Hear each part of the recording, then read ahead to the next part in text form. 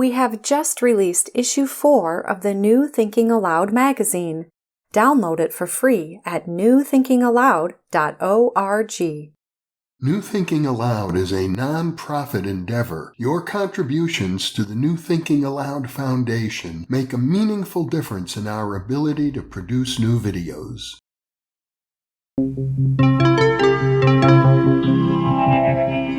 Thinking Aloud. Conversations on the leading edge of knowledge and discovery with psychologist Jeffrey Mishlove.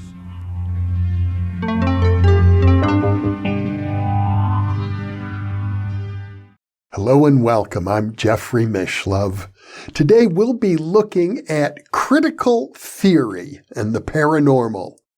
If you're wondering what critical theory is, well, stay tuned. You'll find out.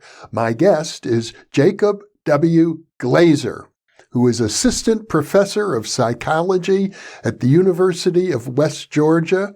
He is also an online adjunct professor in the Department of Applied Psychology at New York University Steinhardt. He is author of Arts of Subjectivity, a New Animism for the Post-Media Era. He is editor of the new anthology, Paranormal Ruptures, Critical Approaches to Exceptional Experiences. Jacob is based on the East Coast of the U.S., and now I'll switch over to the internet video. Welcome, Jake. It's a pleasure to be with you again. Hi, Jeff. It's great to be here. Thank you for having me. It's been, I believe, a couple of years, and since we spoke last, you are now an assistant professor at the University of West Georgia, so I assume you're living in Georgia. I am. I'm in Atlanta, and so I teach out in Carrollton, Georgia, which is about a little bit over an hour outside of Atlanta, the western Georgia area. But yeah, it just feels so great to be a part of a psychology program that allows space to explore these exceptional experiences and to be able to have the freedom to teach about it, to incorporate students into research. And it's just so nice because it's such a rare occurrence. And West Georgia is one of the rare university locations where somebody can do postgraduate work looking at various aspects of the paranormal. Exactly. Yeah, we currently have several PhD students that, in various ways, while not explicitly focused on parapsychology or the paranormal, they're sort of interested in looking at different aspects of parapsychology, and of course we have faculty, full-time faculty, myself and others, Dr. Christine Simmons-Moore, who are sort of actively engaged in parapsychological research. Mm-hmm. And I want to let our viewers know that that we've done some previous interviews. That's why I'm raising my hand here, because I'm going to link to some of our earlier interviews. So it'll help viewers who may not have heard them get up to speed. I know when we start talking about critical theory, lots of times it has a particular jargon, and I'll make an effort to make sure we define terms as we go along, but it'll help people to get familiar with your point of view, which I think is a very unique point of view if they check out some of those earlier videos. So we'll be talking about critical theory today and how it pertains to the paranormal. And it's such a vague term, critical theory. I think it deserves a definition to begin with. It is. It can be vague, Jeff, but I think, critical theory, I think generally the way that I like to define it is that it is the analysis of how power functions in various levels and systems. So we could take institutional power, how that sort of molds and shapes subjectivity, Or we could take, more discursive kinds of power and effects. Power effects, like, for example, the power effects of legendary science and how that has tended to, I would say, ostracize or sideline parapsychology. And so, to make it really succinct, I think critical theory is the analysis, the examination of these kinds of power effects. I gather, though, it's not just purely descriptive, that critical theory aims to liberate people who have been on the margins. Absolutely. There is a social justice component to critical theory. And what I mean by that is that oftentimes we sort of point out the holes and gaps in discourses and narratives and institutions that sort of remain implicit. And to be even more explicit about that, how has it gotten to be the case that certain groups of people are sort of stigmatized, ostracized, and marginalized, whereas others are privileged? And so, yes, I think there's absolutely this sort of interventive aspect to critical theory. Is that it's not just descriptive, Jeff, like you say. It's not just an analysis, but we want to create an effect, right? We're making an intervention in these kinds of discourses. To me, that puts parapsychology in a way right at the heart of critical theory, or what critical theory could be, because at least from my perspective, I'm sure not every parapsychologist thinks about it the way I do, but I suspect you do. And that is to say that parapsychology itself serves as a vehicle for liberation of the psyche.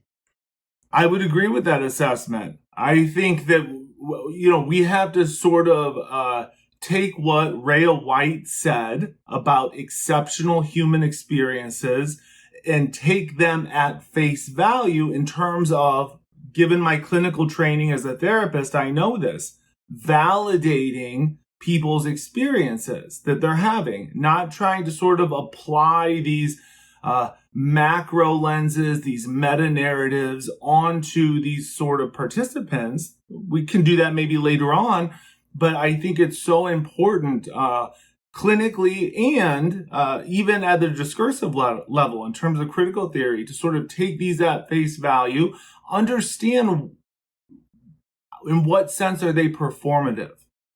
This is another aspect of critical theory that we can talk about, but these descriptions, how they're described in language, these narratives, these stories. We could even talk about folklore in some ways, how it contains a certain aura that gets passed down historically. These are, in a certain way of speaking, performative utterances that subjectivity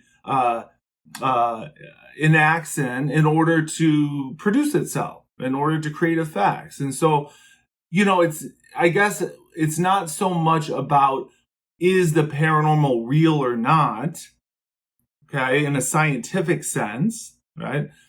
In as much as it should be about what kinds of power effects, what kinds of performances do these sort of narratives entail in terms of larger meta-narratives or dominant discourses? To my understanding, to be a little bit technical, the critical theory originated as sort of a merger of social science, sociology particularly, and philosophy. And it's associated in its origins with something known as the Frankfurt School. That's right. So critical theory tends to trace its origin, its heritage back to the Frankfurt School. And out of that, within that, we have all these different sort of, and this is important, these interdisciplinary sort of lenses and perspectives that are sort of, created in this setting. We have sociology, Jeff, just like you say, but we also have Marxist theory. Okay, so trying to understand economics and these sort of economic hegemonic forces that work to produce good consumers, we could say, in one sense. And we also have philosophy, of course, more of a philosophical understanding of how these ideas sort of are passed down historically, and not just that, but the effects that go into the creation of these various disciplines. Wouldn't it also be the case, Jake, that critical theory is very closely linked with postmodernism? That is sometimes debated how close the link is. I think for not good reasons, right? Postmodernism has kind of gotten a bad rap in the academy and I think in the public generally. But the two are really separate. Of course, there's similarities between the two. For example, let's take the critique of dominant discourses as one example. The ways that these sort of cover over our everyday commonsensical understanding of reality and ourselves. So I think both of them share that. But I think critical theory is more interventive and productive. In other words, sort of what we were talking about a bit ago is that critical theory really wants to sort of create a change in the ways that these discourses are sort of overlapping and produce something new, create something. And one area that I would associate as particularly combining critical theory and postmodernism would be all the theories and approaches coming out of the feminist movement. Yes, I think, Jeff, you're right on. And I think if we want to even anchor this more specifically in parapsychology, I would argue, and I say this in the book, I think in both the introduction and my first chapter, I talk about how feminism has really led the way in parapsychology in terms of being a critical approach. And so, we have the recent publication from the Journal of Anomalistics on feminism and parapsychology. This was last year in 2022. And so that sort of built on the insights of a conference that was held in 1991 on feminism and parapsychology, even though it was, many, many years later.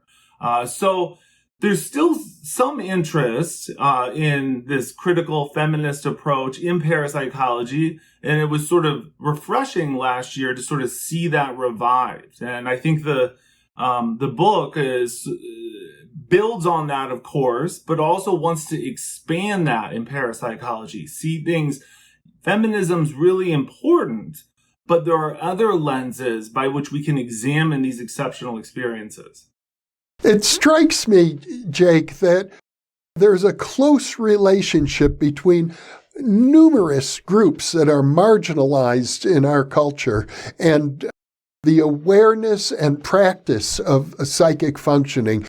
It could be females, it could be indigenous people, it could be people who have been abused as children, it could be gay people, trans people.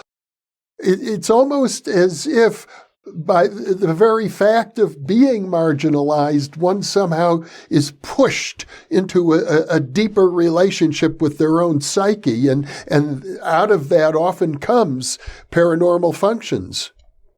That is a really interesting parallel. And I sort of advocate for that outsider position, as others have done in the past. I'm thinking of, Rhea White right now, sort of advocating that feminist parapsychologists, because they're so othered, parapsychology itself is a fringe discipline. But then to be a feminist in parapsychology is even more fringe. So it's like this, what she calls a double vision, or sort of gives us, in other words, a unique perspective because we're so othered.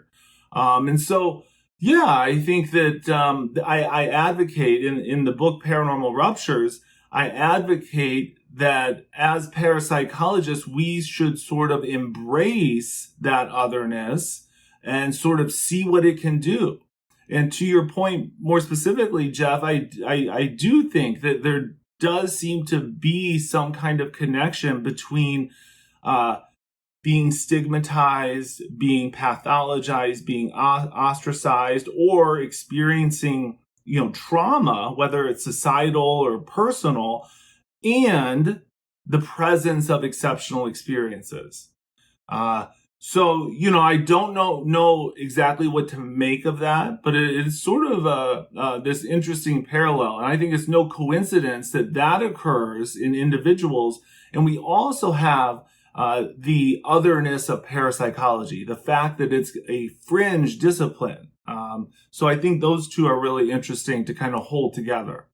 In your book, I'm going to jump around a little bit. You talk about, I guess I call it an archetype that represents the epitome of being on the fringe, and it's the archetype of the monster. And I mean, if there's anything that people shy away from in general, it would be monsters. Nobody likes monsters, except maybe in cartoons when they can be somehow cuddly. There's always that type of a monster. But you're talking about the really fearsome monsters like out of H.P. Lovecraft novels.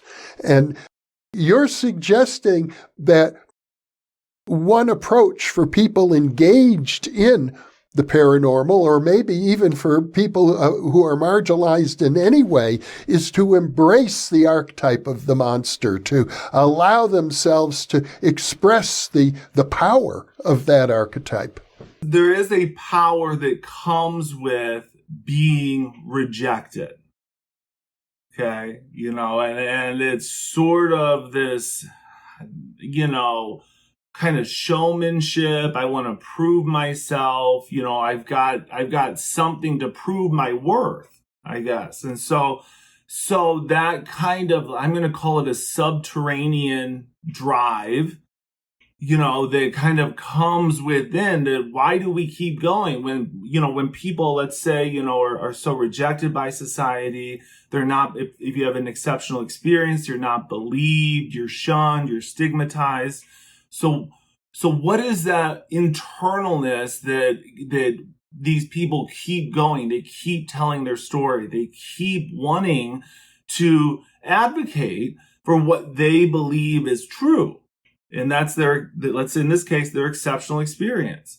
And that sort of encapsulate this monstrosity, this power of the monster. That I advocate that we, in some ways, embrace as not just people that may have had exceptional experiences, but as a discipline. In paranormal studies and Psi studies, we should sort of embrace the threat. I know that's sort of a loaded term, but I think it's appropriate in some ways. The threat that exceptional experiences can bring to bear on, let's call it mainstream science or legendary science. It is really threatening, and there's a connection there between that sort of monstrous threat and reasons why parapsychology has been so sidelined. Well, I think you've hit the nail on the head in a way when you consider the ultimate implications of extrasensory perception is that I could know your secrets and the secrets of anyone in a position of power who wishes to hide their secrets, or the ultimate implication of psychokinesis is I could stop your heart. So those are monstrous implications. Yes, monstrous implications. And,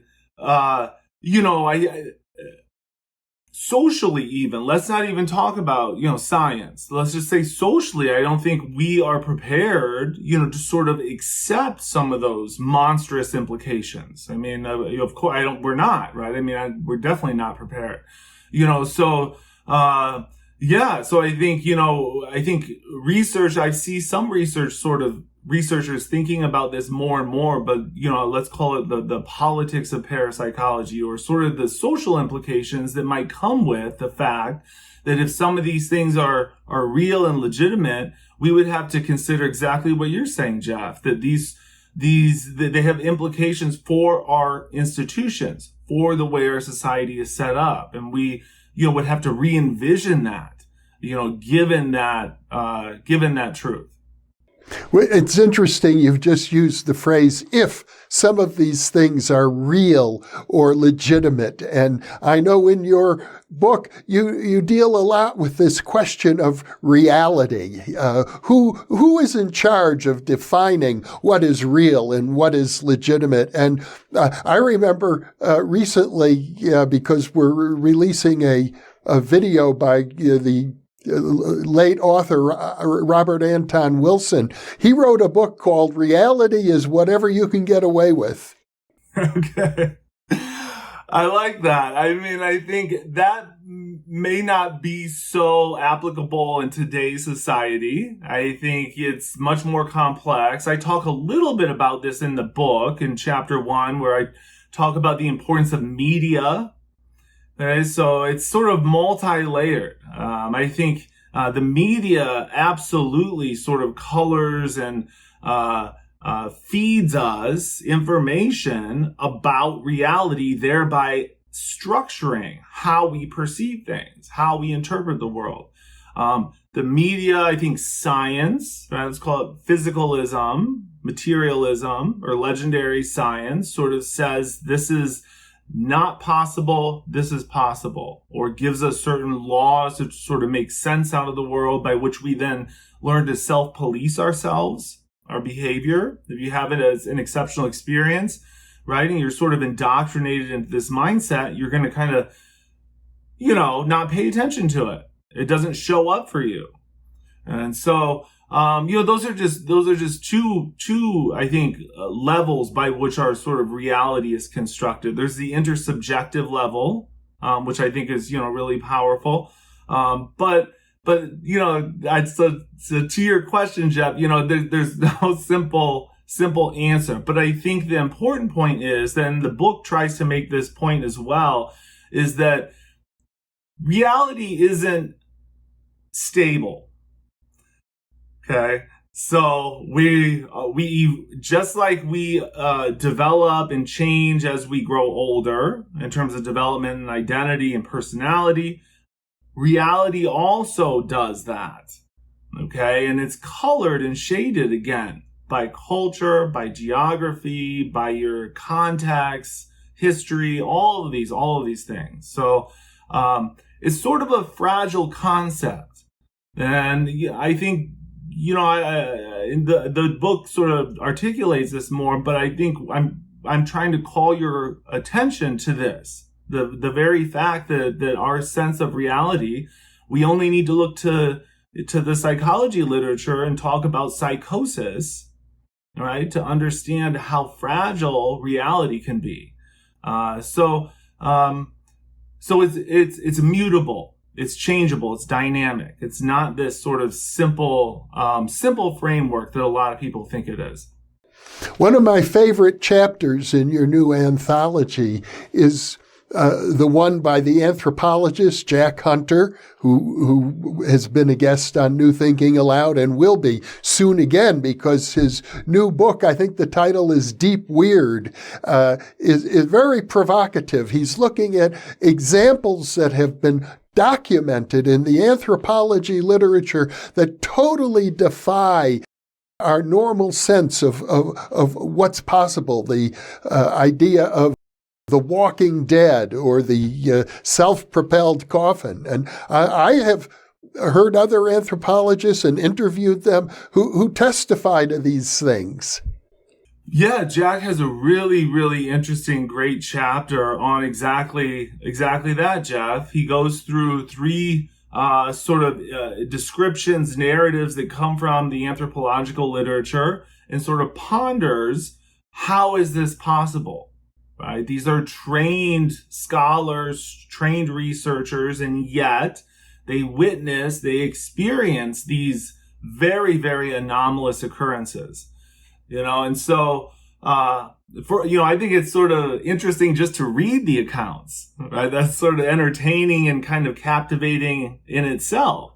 But then, Jack goes on to sort of ponder, this sort of, reality firmness that many of us sort of have. And rather than thinking about reality as stable, right, maybe we should think about reality as sort of permeable, and it's sort of, it can intermix with other things. So I think he calls it ontological permeability or something to that effect. And so, or ecological permeability. I think he likes the term ecological, which I think is great because it gets us away from this monolithic view that there's one reality, there's one ontology. And thinking about ecology brings forward context, brings forward environment, brings forward history. And so, I think it's a more nuanced understanding, and it doesn't sort of just apply this sort of meta-narrative onto everything. Back to critical theory, one of the points you make is that the classical theorists, some of the major figures in the field, you use the word tropes that come out of the paranormal literature. We've talked about this previously, like the idea of hauntings and hauntology, and they use it, of course, in very different ways than one would find it in the popular culture or even in the parapsychology literature. A haunting might be something that lasts for many generations and is spread out throughout an entire culture, for example. Yeah, so I think I sort of suggest that the contributors in the book are kind of turning the tables on critical theory in terms of using these figures as mere tropes or as metaphors. So in other words, the contributors are trying to examine, right, take seriously that these are sort of literal experiences that are ongoing and trying to understand that. And, we could contrast that. I think this is sort of something else to bring to our attention to, is that critical theory is rife with the paranormal. Critical theorists have, for a long time, talked about what we would consider paranormal things today. They just have used it in this more figurative and metaphorical sense. Whereas, right, it's helpful in terms of analysis. Let's take the term hauntology, Jeb, that you talked about. Derrida in Spectres of Marx, brings us forward again as a better way to think about ontology, to think about reality. And so just like you're saying, we can be haunted collectively, not by actual specters, not by apparitions or ghosts, but by sort of this collective cultural trauma, right? This left unresolved. So, it's sort of interesting, that there's this bridge between the metaphorical and the literal, but I don't think it's always so dichotomous. I think that there, again, to think about permeability, they kind of leak through. These boundaries sort of intermix with one another. So I think that the affinities that critical theory has for the paranormal already exist. It's sort of just putting those to work. And I think that's what a lot of the contributors do in the book. At the same time, Jake, I am under the impression, and correct me if I'm wrong, that these philosophers like Deleuze and the others, Habermas and so on, the big contributors from the Frankfurt School and elsewhere, aren't particularly interested or familiar with the literature of parapsychology. They treat it much the same way that the so-called traditional sciences do. Yeah, I think you're right. Yeah, I think there's not. So I'm thinking of conflicting evidence. For example, let's take Freud. Right, I know that there's some literature out there regarding Freud's sort of flirtation with the occult or with parapsychology, and of course, Freudian psychoanalysis is hugely important, for critical theory. But, I think there's cases like that, okay, perhaps. But I think your point in general, Jeff, is true. And that, they are using these tropes and metaphors, but there's a reason for that. And I think there's a thesis statement in the book or sentence, right, where I say that the paranormal is necessarily critical. And so in other words, I'm interested in why do these theorists select these sort of paranormal ideas and metaphors to do really important theoretical and practical work in their scholarship? Well, there's a reason, right? Because there's something about paranormality, that we don't know what to do with it. Kind of pushes back against, unusual understandings. I mean, to even invoke, the Freudian notion of the uncanny, right? There's something uncanny or not at home about the paranormal that sort of is enticing, but also scary. Of course, it suggests that everything is interconnected. That seems to be the bottom line when it comes to the paranormal, because if we look at conventional Newtonian physics, things that are entirely disconnected behave as if they are connected. And I guess, the bottom line for me is, yes, they are connected. The mystics had it right when they said all is one. But from the point of view of people in power, they typically would say the last thing you want to do is give power to a mystic. I love that, because you're not going to know what's going to happen. That's right. Yeah. I mean, surely it's got to be sort of, evident just from our brief discussion so far, is that paranormal is an ecological model or a systems model, or not paranormal, critical and paranormal, I would say, right? So critical theory wants us to examine the systems, the overlapping ecological systems that go into the creation of these things. The paranormal, I think, good parapsychology, in other words, research that's sort of, pushing the envelope and sort of really trying to examine what's going on, tends to be this sort of systems approach, seeing that everything is interconnected. We can contrast that, Jeff, with exactly what you said about the powers that be tend to be hierarchical. Okay, not enmeshed, not systems, not all these different sort of worlds intertwining, but there's a hierarchy, and there's levels to that hierarchy. There's certain privileges, and so I think that critical theory does a good job at trying to examine that hierarchy, or what I allude to in the book, Gramsci calls it hegemony. There's this sort of directional hegemony that is implicit in our cultural practices, but unless we do the work, we can't make it. It's hard to make it explicit, right? Operating I guess we could call it subconsciously or kind of in the air.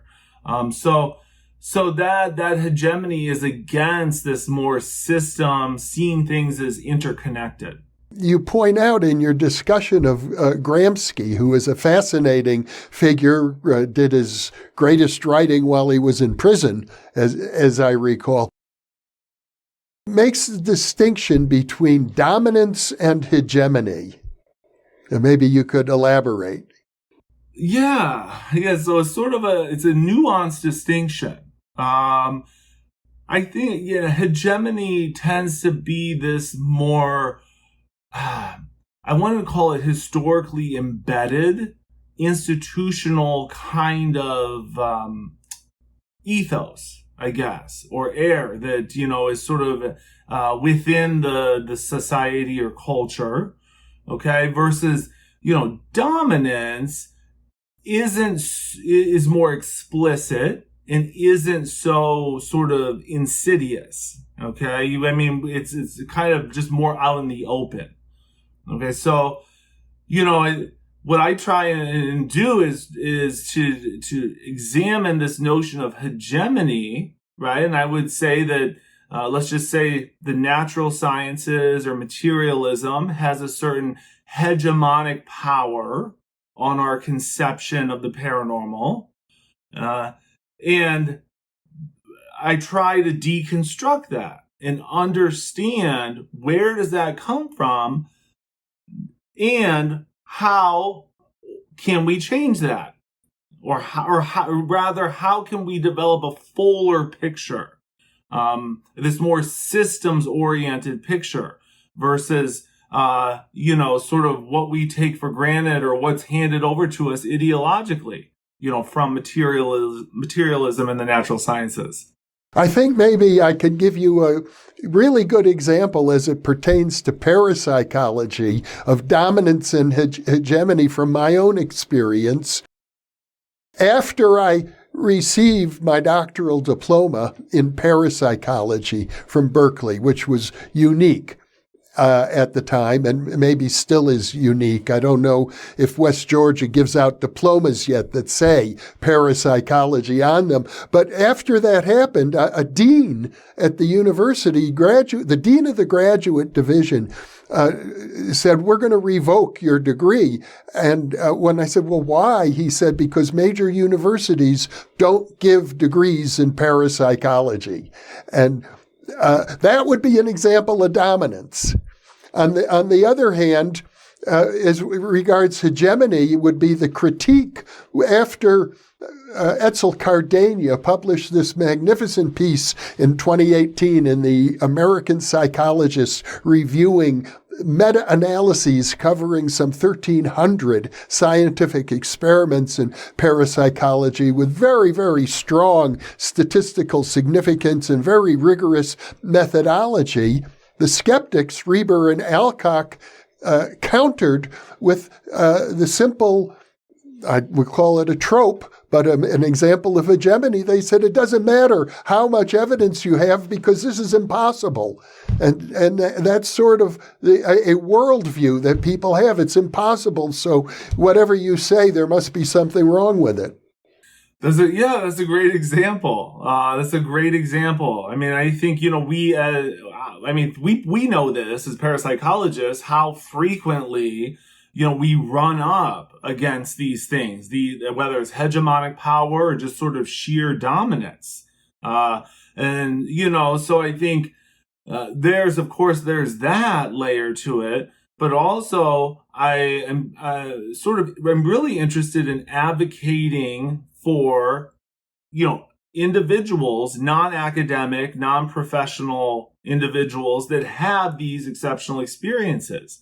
And again, to what I said a bit ago about the importance, whether clinically or just in terms of being a human, right? Just validating their experience and not trying to pathologize, applying, what in critical theory we would call the dominant discourse of psychology or psychological misperception, right? Saying, you just misperceived it, or maybe, they have a psychopathology like schizophrenia, so on and so forth.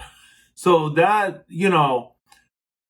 again, getting back to that, getting away from that hegemonic power and sort of, in some ways, returning it back to the individual, empowering the individual, to really take ownership and try and understand what they're experiencing. I learned a new term from reading your book. It was in your first chapter, your essay, and the term, I really like it now that I understand it, neurodiversity. Neurodiversity, that's right. Yeah, really good colleague of mine, Tim Beck, has a chapter on neurodiversity theory and its relation to algorithms and magic.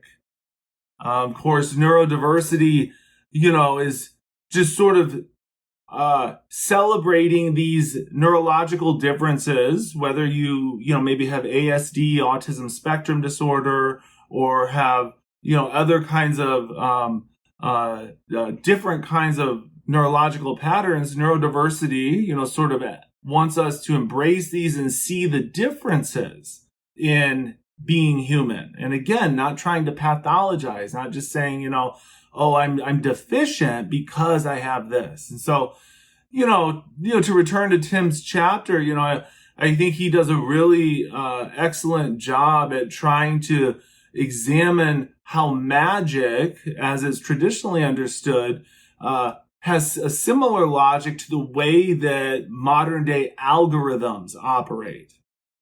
You think about, Facebook and Instagram, and Amazon, they have all these background algorithms that are, constructing our reality in some ways or suggesting us certain goods. And it's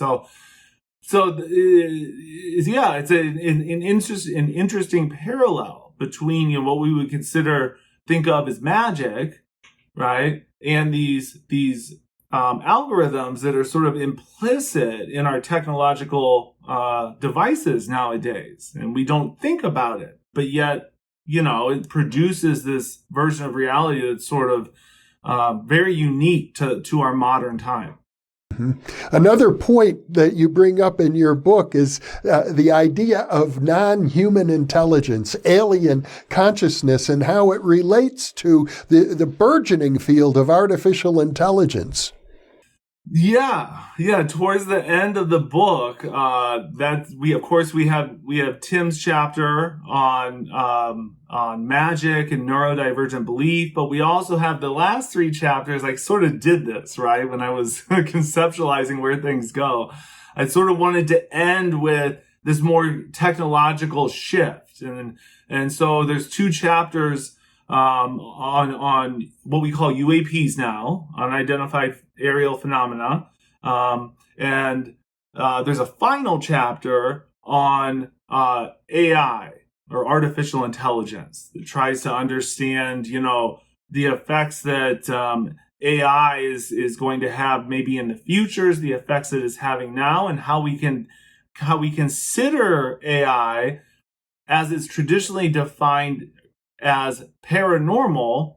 If we would think back, in the 20th century, the way we think of AI now, we could call it's paranormal, and so we don't know how it's operating, right? If we ascribe sentience or consciousness to, let's say, lambda, which is what Chris articulates in the paper, we don't know where that comes from. We don't have a good understanding of that. So in some sense, it's paranormal. And then Chris also sort of tries to think about Neuralink, which I believe is Elon Musk's company, how it's, they're trying to interface it with our brains such that conceivably telepathy using technological means is going to be very, very possible in our future, in our society. And so, what implications does that have? If we use these technological devices to help us with our, let's say, psychic abilities, clearly we're going to have to sort of think through that. One of the thoughts that I've had reflecting on all of these different marginalized groups is a word that's become a buzzword lately in our culture, particularly on the right, but also on the political left, the word woke. And people on the right are very much afraid of woke. They don't know what it means, but they know it's bad. It seems to me one way of thinking about woke is the idea that all of these marginalized communities and the worldviews that they represent should have equal status. They should be treated the same as mainstream views, and that seems outrageous to some, and it seems obvious to other people. I'm under the impression that what you're trying to do in your work is to find a kind of a balanced approach. Yeah, I think a balanced approach, and definitely not trying to homogenize or make the same everybody. Everybody's not the same. let's think about people have individual differences. Different groups of people need different things. And that's important, right? I'm thinking, critical theory in particular, really emphasizes how important difference is. And we want to pay attention to that. And we want to, sort of give these marginalized groups, try and, provide the context, what they need so that, they can flourish, they can prosper, they can grow, they can develop according to how they want to develop. So I think, Jeff, it's not about applying this, having everybody be the same, right? Which incidentally, to go back to Marxist theory, that's what capitalism does, right? We just need to look at our media, our commercials, Facebook, right? This sort of ideological force of capitalism wants to create this consumer out of us. And so that's more that creation of the same, that's homogenization. But critical theory, wants to be more nuanced, wants to be more careful and understand how these different groups, these different people, how they're different and celebrate that difference. Well, Jake, it's been a pleasure speaking to you about this. I haven't given much thought to critical theory until recently, but you're really convincing me that the relationship between the paranormal and particularly the science of parapsychology and critical theory has a real future. I think you're onto something. I appreciate that, Jeff. Yeah, it's great to be here. It's great to be back. And I appreciate you sort of giving me a space to talk a little bit about critical theory. And again, to make that really important connection between these critical approaches and the import they have for exceptional experiences. So thank you. Well, and let me highlight your use of the word exceptional experiences and the several references you've made to Rhea White, who originally, I think, brought that term into common usage, particularly in the parapsychology community, because it suggests that our traditional categories of looking at everything, it's either psychokinesis or extrasensory perception, may be inadequate.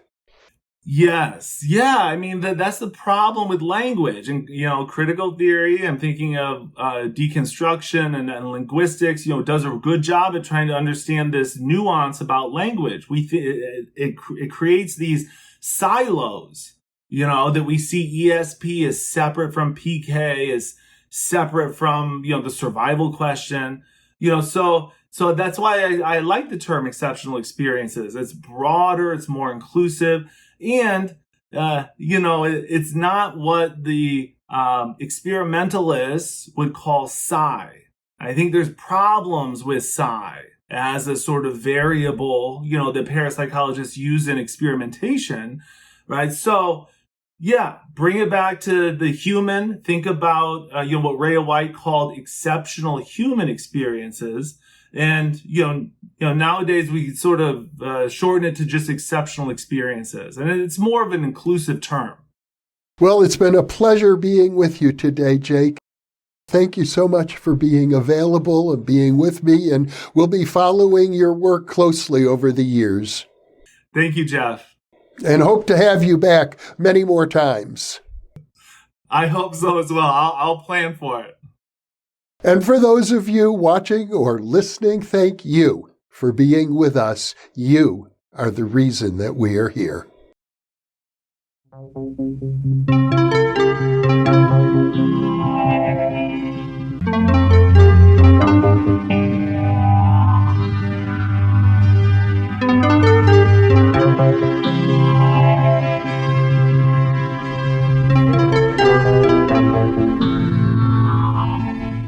I imagine that by now, many of you already realize that in conjunction with White Crow Books, we've just launched the new Thinking Aloud Dialogues book imprint, and our first title is There Life After Death? New Thinking Aloud is a non-profit endeavor. Your contributions to the New Thinking Aloud Foundation make a meaningful difference in our ability to produce new videos.